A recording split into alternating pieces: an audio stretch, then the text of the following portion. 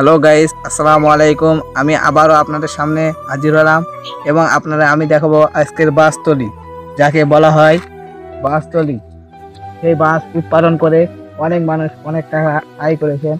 আপনারা কিন্তু দেখেছেন তালতলি, যার অপর নাম। আজকে আমি আপনাদের গ্রামের ঐতিহ্যবাহী বাঁশতলি আপনাদের দেখাবো।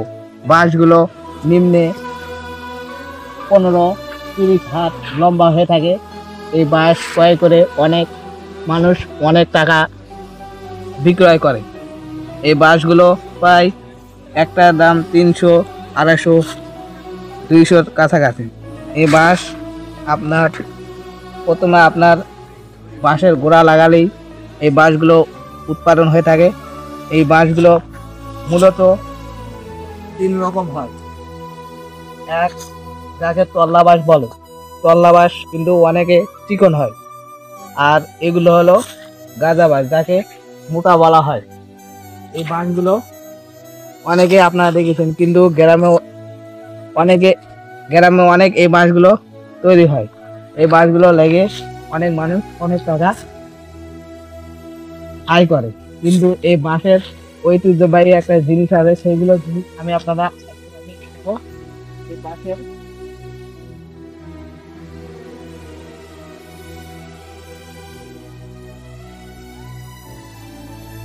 এই বাঁশগুলো যখন কাটা হয় তখন গোড়াতে দেখেন এখান থেকে একটা শিকার বেড়ায়। এই শিকারই তখন যায় একটু একটু করে মোটা হয়ে যায়। তখন এই মোটা হয়ে যাওয়ার কারণে তখন ওটাকে কাটেলে ফের আবার কুশি বেড়ায়। এমন করে বাঁশ তৈরি হয়। আবার এই বাঁশের কাছে অনেক এই মুড়োগুলো অনেক বিক্রি হয়। এই মুড়ো দিয়ে আপনার চাওয়ার কাপ, কেটলি, অনেক কিছু বানা হয়। কিন্তু আমাদের গ্রাম অঞ্চলে এগুলো তারপরে এখন করার কারণে দেখুন অনেক বাঁশ হওয়ার আগেই মরে গেছে। এই বাঁশটিও এখন হতে যাচ্ছে, কিন্তু আমাদের আমি যে মালিক তার সাথে কথা বললাম যে এখন এই খরার কারণে এই বাঁশগুলো নাকি আগাল নাকি মরে যাচ্ছে। তো আপনারা সব দেখিলেন এবং শুনলেন। আপনার কাছে আমি একটা দোয়া করলাম, আমাদের চ্যানেলটি যদি ভালো লাগে তাহলে আমাদের সাবস্ক্রাইব করে দিবেন এবং সামনে থাকা বেল বাটনটি লাইকের ভিডিও এতটুকুই।